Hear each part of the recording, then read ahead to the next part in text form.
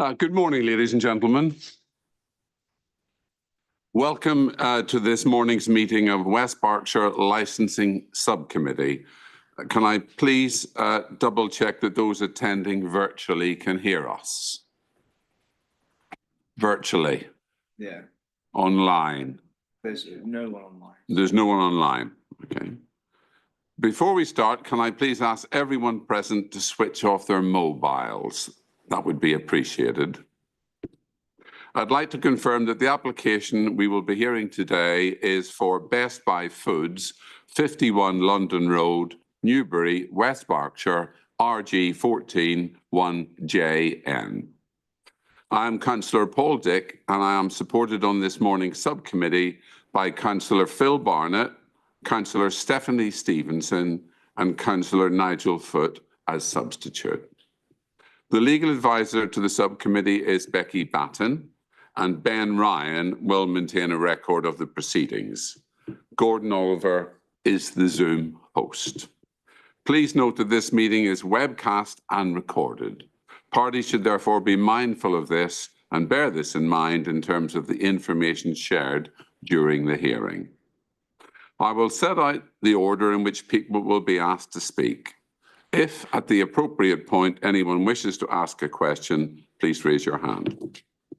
If we need to adjourn the meeting at any point, I will adjourn and all parties will be advised of the revised time and date of the meeting.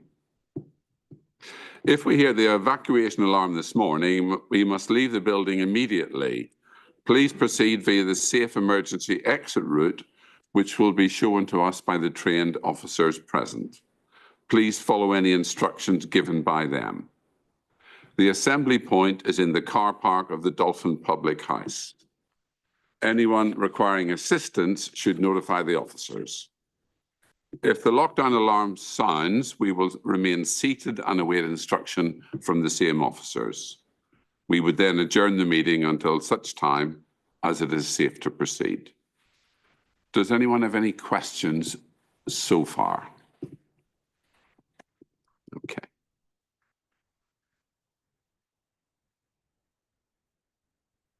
Can I confirm that the applicant Sudhasvan Karmar and agent Suresh Kanapathy are attending today in person? Thank you. Can I confirm that the objectors Eric Forshaw and Richard Howell are attending in person and intending to speak? Both. Thank you. Can I confirm that the objector Barbara Forshaw is attending in person and intending to only ask questions? Thank you.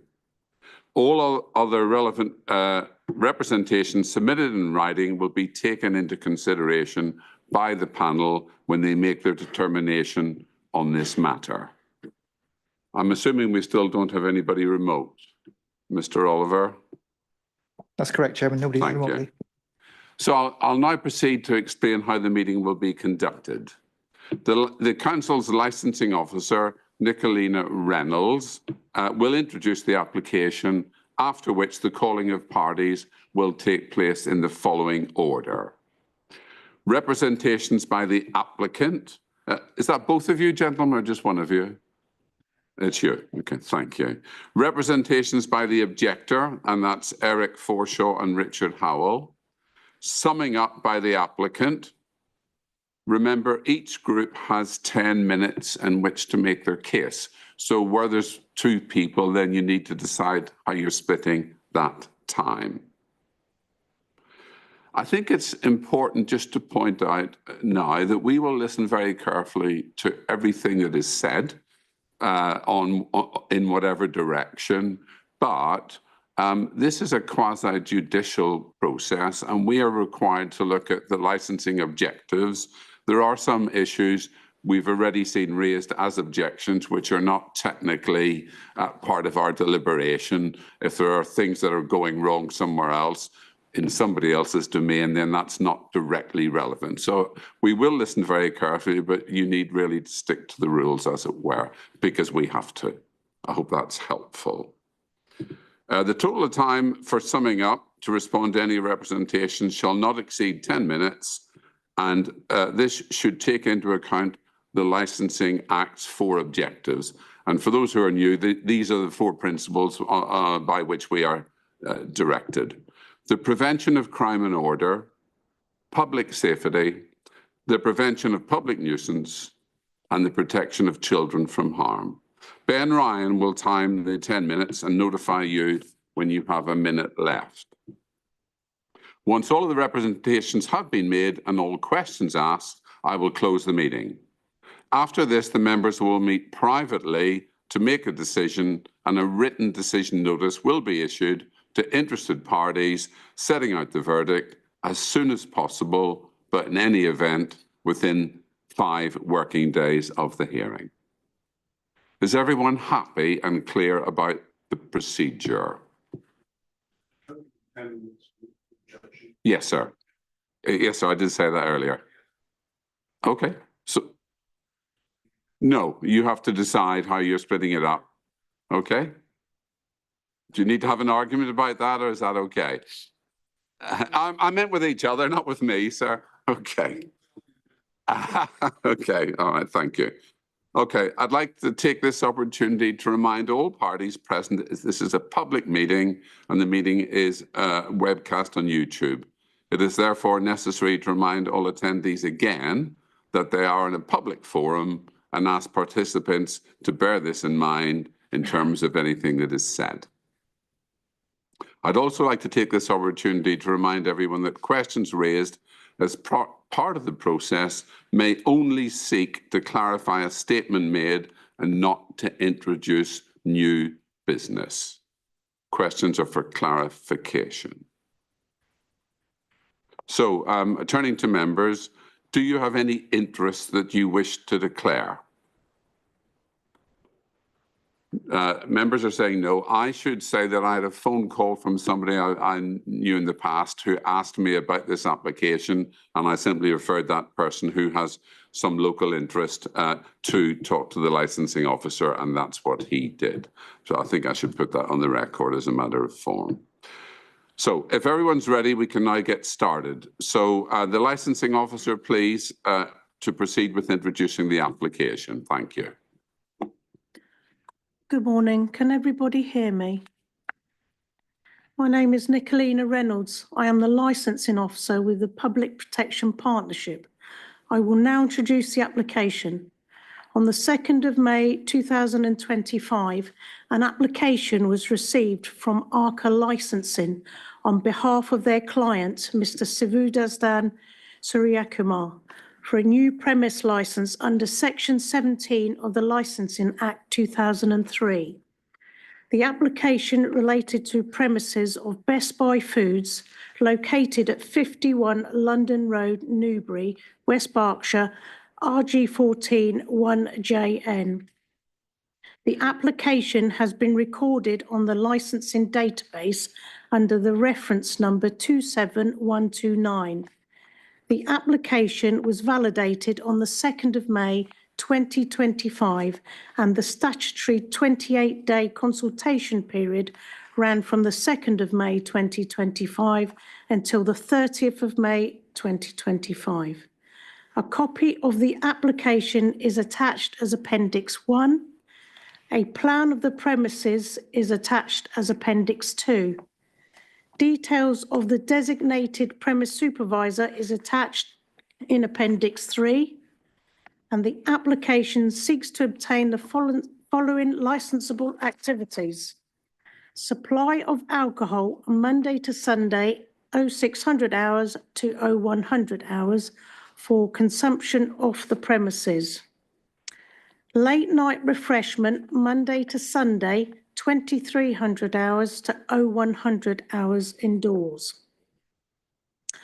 I confirm that the application was made in accordance with the Act. Responsible authorities, West Berkshire Council, were notified of the application by email on the 2nd of May 2025. The application was advertised in accordance with regulations, with the required blue notices being placed at the premises and checked by an officer of the Public Protection Partnership. An advertisement for this application was also placed in the Newbury Weekly News on the 15th of May 2025. For the benefit of the members, the licensing authority have created a map which shows the location of this premises and nearby licensed premises. This is attached in Appendix 4. A total of 2 representations were received, which can be found in the agenda pack at Appendix 5.1a and Appendix 5.1b redacted, Appendix 5.2a and Appendix 5.2b redacted. These representations were made in the belief that the granting of the licence would undermine the 4 licensing objectives.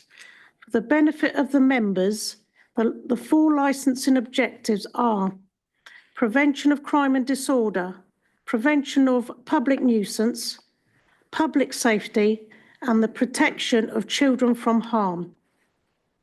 The concerns of the representations which received to relate public nuisance, noise, crime and disorder, crime from intoxicated people, and public safety, road safety and air pollution.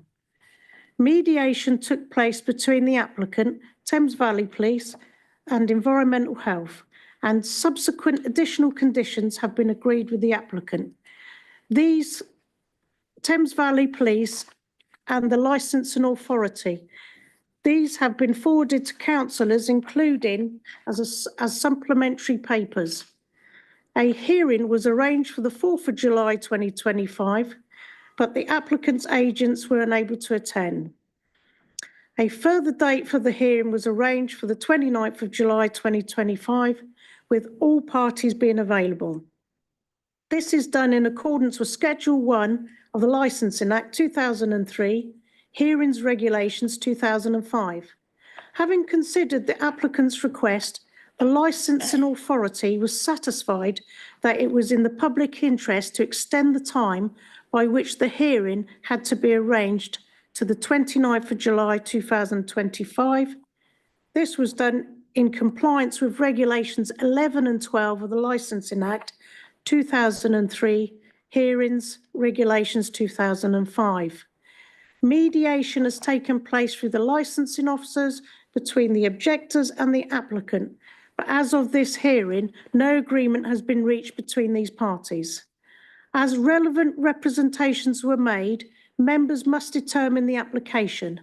Members must consider all representations, both written and oral, with due regard of the licensing objectives, and decide whether the application for the premise licence should be granted or rejected. If members are minded, including any additional conditions other than those agreed with the applicant and relevant parties, they will need to provide their reasons for doing so in decision notice. Licensing authorities should only impose conditions which are necessary and proportionate for the promotion of the licensing objectives. In addition to this, it was stated that any condition attached to the licence should be enforceable. Thank you. Thank you very much indeed for that. Members, have you any questions for the officer?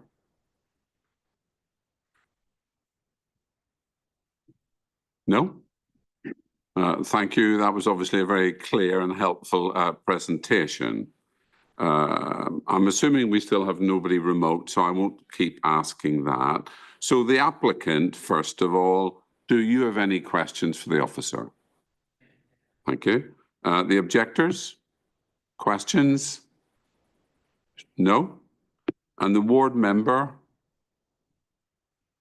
Not here. Okay.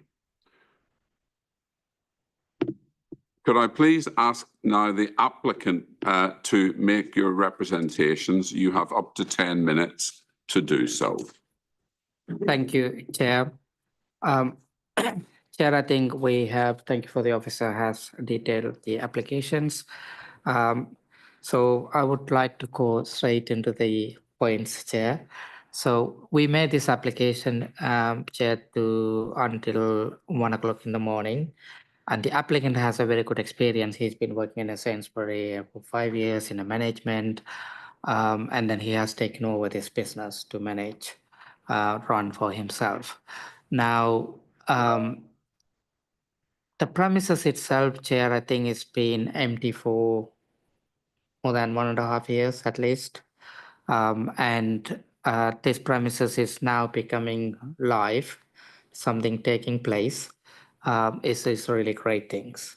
And during this application, Chair, I think we have consulted with the authorities have consulted. We have agreed some of the conditions, like the officer said. Sorry to interrupt. Can you make sure you speak into the microphone? Oh, Well, you're inclined to look at me, which I understand, but then of course some people will lose some of your words. So thank you. I got it. Thank you, Chair. So yeah, so we are here now. We have agreed a number of conditions with the authorities to promote the 4 licensing objectives of prevention of crime and disorder, prevention of public nuisance, protection of children from harm, and public safety. Chair, I think we have now the 2 objectives. I think, as you can see from, there are so many residences in that area, but we have only 2 objections, which is very minimal, but in the sense that we also want to address their concerns. And in their concerns, we were trying to mediate with them to see whether they're able to withdraw, and it hasn't happened, and we are here today. And Chair, I think it is about promoting the 4 licensing objectives, the steps we are taking. And you can see we have agreed in total about 34 conditions, Chair. I think this is very comprehensive management of these premises. And then again, the objectives are still concerned about, one of their concerns about the litter. Chair, I think I can tell you the litter, now this particular premises coming into this area, even since this premises work is happening, there was a bin in the corner that's been cleared up. And also one of the reason the litter maybe were hanging around because the premises has been unused. But right now, the applicant, they are taking over the premises, is becoming active, means that they will be maintaining the area. I think, which is the positive things rather than it's going to create problems. But obviously, if there are any litter issues, then they will be managing that. So they will be having a regular cleaning up in the area, tidying up the area. The area they wanted to keep it clean. So the store itself will keep it clean. And also they will have a bin outside so the people are able to put, and the bin will be managed by them as well. I think there was a public bin which is taken up now. I think the applicant is going to put his own bin and he will be managing that. So that's where we are with the litter, Chair. I think the parking is one of their main concerns, and although the parking is not part of the licensing matter, but you can see the premises is not being managed, or no one is really monitoring and handling the parking issues. So that's one of the reasons probably people are parking here and there, and like that's been happening. But once here, I think the applicant has been speaking to the landlord, and it is possible now they become part of the premises as well, and with the hotels as well. They can work with them to manage wherever it is possible within their control to manage the parking. They can put signs and they can put some barriers. It's all possible. But since the parking is not part of the licensing, I think we as a responsible retailer, I think they will be managing the parking. So I can assure you that, the residents can approach the store will do something about that as well, like ongoing basis. So that's where we are with parking, Chair. I think when we come to antisocial behavior, I think Mark has been really comprehensive in his response to the during our mediation as well. There are a number of things they raised about the antisocial behavior, which are not really an antisocial behavior relating to alcohol, things like parking outside, children playing, or any other disputes, things like that. But in terms of antisocial behavior, what we are looking at, maybe people drinking outside, hanging around. And then, Chair, I think we have put number of conditions, like even having not able to sell single cans of beer, things like that. It's a very kind of robust conditions, Chair, to address that matter. But in the meantime, I think the hotel customers, they will have a room. They're more likely to go into the rooms and drink if they were buying alcohol. And the other thing is the late night refreshment, Chair. I think it's important to understand what is this late night refreshment is. Because if you really think about it, all the supermarket, they have the coffee machine, plus they have some like Cinex, have a little hot cabinet.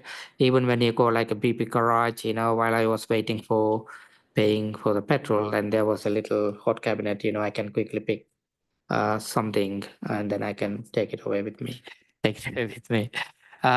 So that's what this is, part of the supermarket. They will have a small cabinet. I think it becomes like normal nowadays for a lot of supermarkets and have a little like hot cabinet for his food.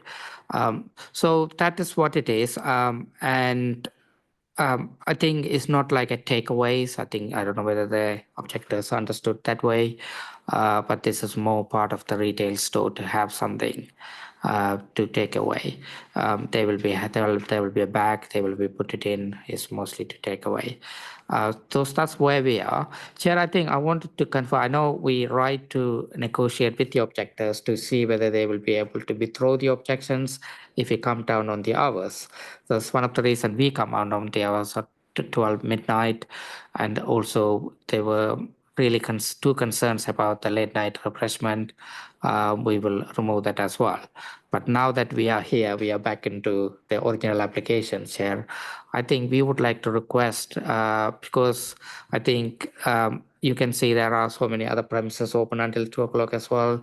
I think considering all of those, and this particular premises really away from the residence area as well as part of the hotel premises, we would like to consider the hours as it applied and also consider the late night refreshment, Chair, unless if you have any real concerns, really, and also I would like to take your attention back to the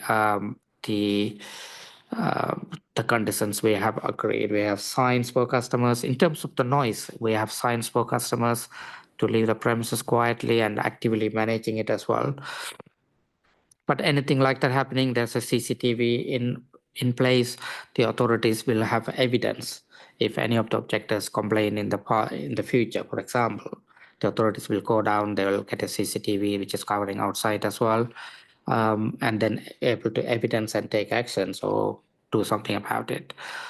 So considering all of those and having this robust condition, Chair, I think we would like the committee and also everybody to consider the license positively. Thank you, Chair. Thank you for that, sir. Just 1 second, please.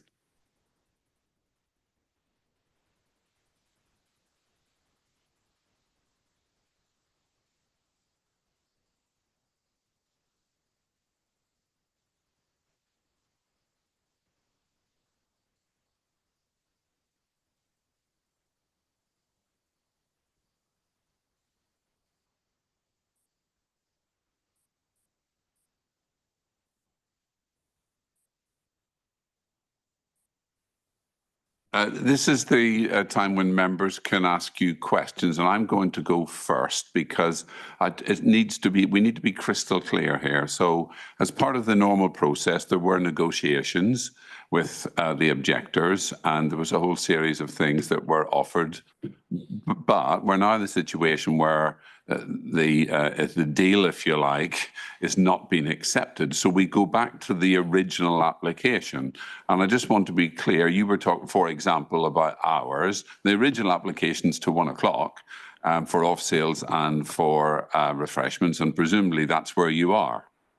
That's right, Chair. Thank you. Okay, it wasn't crystal clear there, so I just wanted to make sure that everyone understands that. Thank you. Thank you. Okay, thank you. Councillor Barnett, you were first, sir. Chairman, it's actually on the back of what you just highlighted. It's quite clear the application request for 6 o'clock in the morning, which does actually seem a little bit early for me to sale of alcohol, but nevertheless 6 o'clock to 1 o'clock. So it's a long period to actually have the availability to access alcohol. Is that something that you looked at realistically in your business model, or was it something you just felt was appropriate to request under this application? Thank you.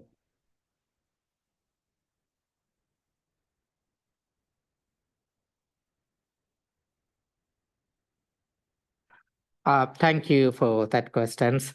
And what I would like to say for that, the store is going to be open from 6 a.m. to 1 a.m.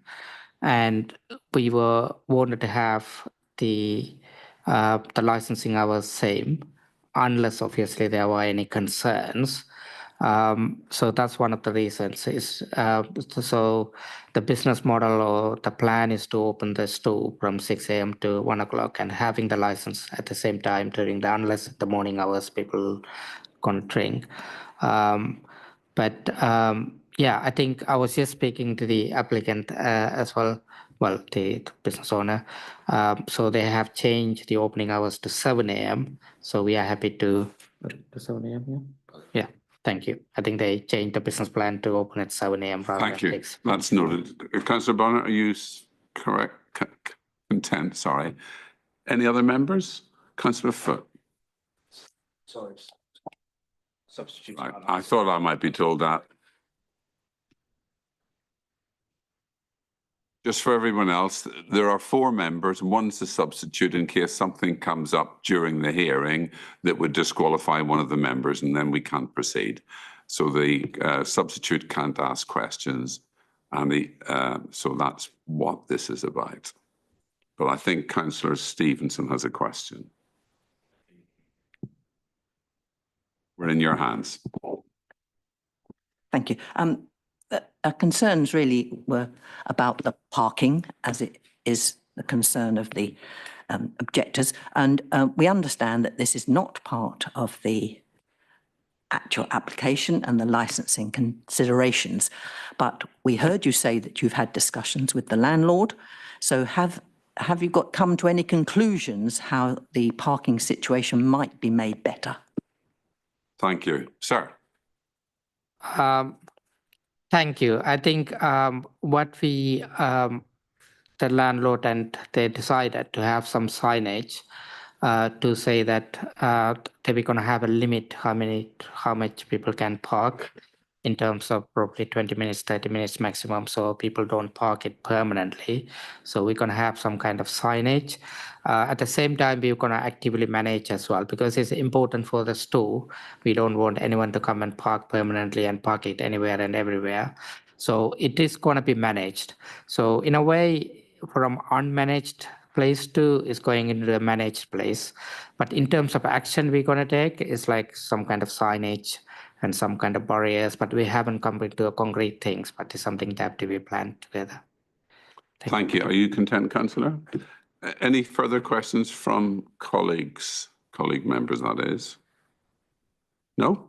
Then the objectors, have you any questions for the applicant? No? You do. Red button, sir, well done. Thank you. Sorry, I think it has been answered, but I do just need to clarify this for my own sanity. Are we saying you are now going to be offering late night refreshments? And can you confirm that you now gone back from the 12 p.m. and you will be opening from 7 a.m. to 1 a.m.? Thank you. Thank you for that. So right now what we are looking at the application. The only amendment we have done from 6 a.m. to 7 a.m. Like you rightly said at the end, the application now we are looking at 7 a.m. to 1 a.m. Until 11 p.m. we don't need a late night refreshment license, only after 11 p.m. So the late night refreshment between 11 and 1 o'clock. Thank you. You understood that, sir? That was helpful to you? I did. Thank Yeah, you. it was confusing. So yeah, I tried, but you've succeeded. So thank you for that. So now we move on, and it's Eric Forshaw and Richard Howell. You have up to 10 minutes, and you need to agree. Who's first?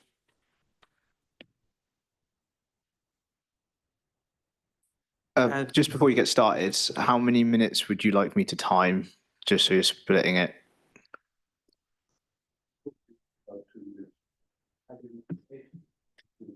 Okay, yeah, I'll give you a minute. Right, you have our undivided attention, sir. Thank you. And just for a point of order, I'm Gareth Forshaw. I don't know if I've been hearing Eric Forshaw. Well, you have, because that's what my script says. I apologise. Have you got a secret middle name? I Would do you like that but, one? But it's William, so that But it's doesn't help. well, it's not secret now. But okay, right. When you start speaking, we start the clock. Thank you. Good morning, Chair, councillors, licensing officers, and fellow members. Thank you for the opportunity to speak today. While we acknowledge and appreciate that the applicant and the licensing officers have engaged with us, and we are, as the licensee applicant said himself, we are seeing really positive changes already. The piles of litter outside the location have been removed, and we're obviously really grateful for that.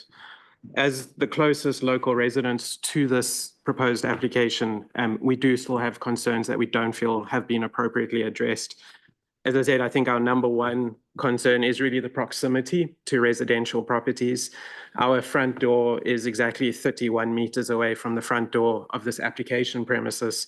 And I would have to urge the members of this committee to consider whether you'd want to live and try raise a family from a business premises 31 meters away that will be selling alcohol now until 1 a.m. 7 days a week.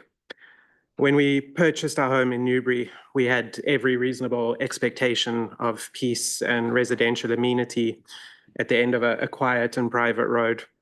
We already have our challenges, both from the Travelodge car park, from the Masonic Lodge car park, and this application would only contribute further to the situation that we're currently living in. As the licensing officers have pointed out to us while we were negotiating, there already is an oversupply of alcohol in this area with a very high concentration of alcohol available.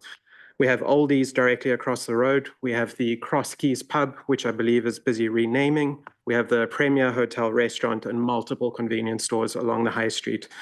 The local community does not lack access to alcohol, and there is no public interest argument to support yet another alcohol outlet. On the contrary, increasing accessibility of alcohol will just increase the risk of antisocial behavior and the associated behavior that goes along with that. According to the publicly available crime data, there were 27 crimes reported in the last 12 months at the junction of Clarendon Gardens, Travelodge car park, and the Masonic Lodge car park. It is unfortunate that Thames Valley Police did not object to this application. Of those 27 reported crimes, 3 were for sexual assault, 6 were for drug-related crimes, 7 were antisocial behavior and public nuisance crimes.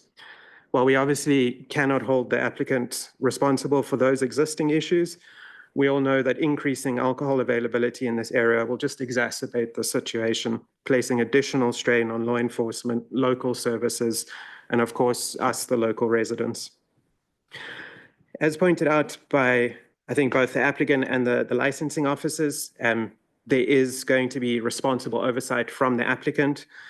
We certainly have concerns around that. Neither of the 2 hotels have full-time on-site managers. Both managers are part-time. The Travelodge in particular often lacks even a staffed front desk. The absence of responsible on-site management raises serious concerns about who's actually going to be in a position to monitor and respond to the disorder, the nuisance, and the safeguarding issues that may arise.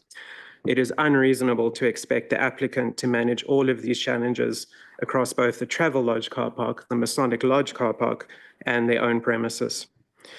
As we've referenced a few times, obviously with the 4 licensing objectives, it is our firm belief that at least 3 of these are not adequately addressed by the application. These being the prevention of crime and disorder, public safety, and the prevention of public nuisance. With Travelodge often being used to house some of our most vulnerable members in our society, the ready supply of alcohol until now 1 a.m., 7 days a week, introduces a real risk that individuals may find themselves in even more vulnerable positions. We firmly believe that the application does not pass the test set out by the Licensing Act of 2003. In conclusion, from Barbara and I, who I apologize, I should have mentioned, we're in Martin's Haven, the first house along Clarendon Gardens. The granting of this license is a threat to our quality of life and our community's well-being. We respectfully urge the committee to prioritize the needs of residents, uphold the licensing objectives, and reject this application. Thank you for your time and consideration, and I give the time to Richard. Thank you. Yes, if we take your speech as well, sir, and then we'll members can ask questions of either or both. Over to you. You have 5 minutes. Thank you. Thank you. Well, I want to return to this question of parking, if I'm allowed to. Is that? It's a matter for you. You've got 5 minutes, sir. Okay. The parking is an issue, and I think it's. I was kind of turned to the objections, or rather, lack of responses received from the various agencies. And there was the top of the list was the Fire Authority, Royal Berkshire Fire and Rescue Service, in fact. And there was no response from them, and I was rather put out by that. I thought it was a bit unsettling because if you look at on their websites, there's a heading, access for emergency vehicles, and under which it says it is critical to ensure there is suitable access for emergency vehicles, emergency services, to provide a swift and effective response at all times. So I'm just rather amazed that they didn't object to this to this application, given that it's one of their objectives to provide effective response. I have to remind the committee that Clarendon Gardens is a cul-de-sac, only one point of entry and exit. And to ensure there is a suitable access, well, I have to point out that this needs to be addressed, no truer than last Saturday, when my 93-year-old neighbour suffered a stroke. He is currently recovering in Reading Hospital, but he was transported there by an ambulance which needed access. So, you know, these things do happen. And this is the point and argument I'm trying to make, is that Clarendon Gardens deserves the same level of service and support as any other street or road in Newbury. And that if this application is approved, we would probably be denied that level of service because we might get our driveway blocked by and unable to get emergency services to us. So it's the parking that is going to cause the lack of parking, shall I say, facilities, which could cause this. So that was the main point I wanted to make. And I was asked to, how much time have I got? 2 minutes. Right. I was asked by Mr. Steve Lifford and Mr. Steve Berkshire, who are trustees of the Masonic Lodge, who are over here to my right. Thank you. To point out that the use of their car park would be greatly abused by, because it's exactly opposite, Masonic Lodge is opposite where the unit that you're applying for. And they have great concerns that their car park will be abused by this. So I think that's about all. Thank you. Thank you very much for those contributions. So I will now turn to members asking for questions of the objectors. Councillor Barnett. I've got two questions for your good self, if you're happy, through you, Chairman. I think you did mention you were 51 metres away. Is that correct? 31. Or 31? 31 to be exact. 31. Now, just remind me, in relationship to the Masonic Hall, you're set behind the premises of the hotels, aren't you? You're not in line. Can you just sort of remind me? So I'm just trying to make sure that everybody is aware of the position of the residential premises, along with the Masonic Hall, which is obviously in line with London Road. So our property and Rachel's property as well, we are on the road that runs parallel to the back of the Masonic Lodge. And the proposed licensing premises is 31 metres just to the left of our front door. Can I ask a Yes, of course. separate We're in question? your hands, sir. I think you also made the comment in your speech that alcohol was available from various other outlets. But do you agree with me that it's not necessarily the times that this applicant is asking for alcohol to be sold? Obviously, most of the premises close at 10 or 11 o'clock. And presumably the only other access is from the hotel bar, which of course is for residents. Do you agree with me? Yes, I do. I think our main concern is that from, as you mentioned, the other remaining alcohol establishments close, realistically, the main consumers for this proposed premises would be the hotel residents. What we do find, and where I think a lot of our antisocial behavior comes from, is that they can't smoke in the hotel. So what they end up doing, they end up sitting on the Masonic Lodge wall, drinking and smoking. And then that's even closer to our premises. I can tell you on Monday night last week, we were kept up until 1:30 in the morning with people sitting on the wall shouting and screaming drunk. 5:30 on the Saturday morning, the weekend before that, we were kept up until from 4:30 until 6:30 in the AM, I believe it was. And it's members who are from the hotel who can't smoke in the hotel. So they sit on the wall by the Masonic Lodge drinking and smoking.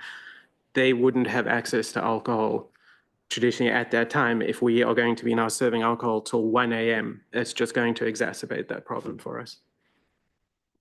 You're content, sir. Thank you. Councillor Stevenson, you're the remaining councillor. Do you have any questions? I'll probably be told off for saying this, and obviously we've not got anywhere near the debate, but some of the things that we've heard about, there are remedies available, such as environmental health, and of course 101. So I'm just pointing that out to you, because when members hear concerns from residents, we always want to give whatever help we can. So those are for the things that are there at the moment, which there are ways of tackling. So if members have no further questions, I'm going to move on. I'd now like to invite the applicant, if they wish, to address any comments made at the subcommittee, and you have up to 10 minutes to do so. Do you wish to take up that right, sir?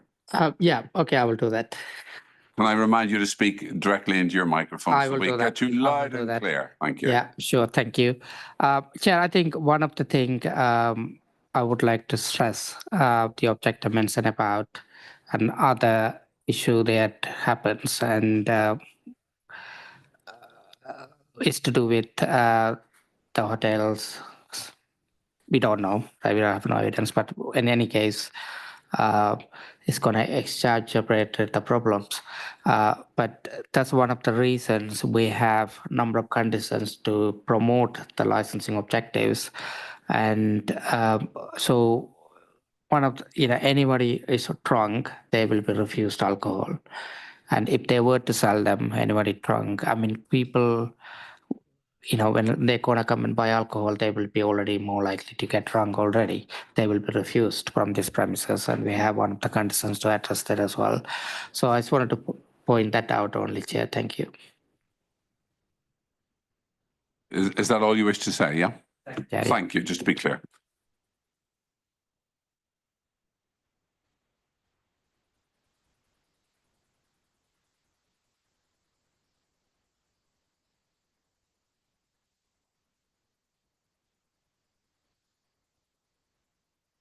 Okay, ladies and gentlemen, I would thank you all for your contributions. Members will now retire to consider the oral representations made as well as the written submissions set out in the agenda.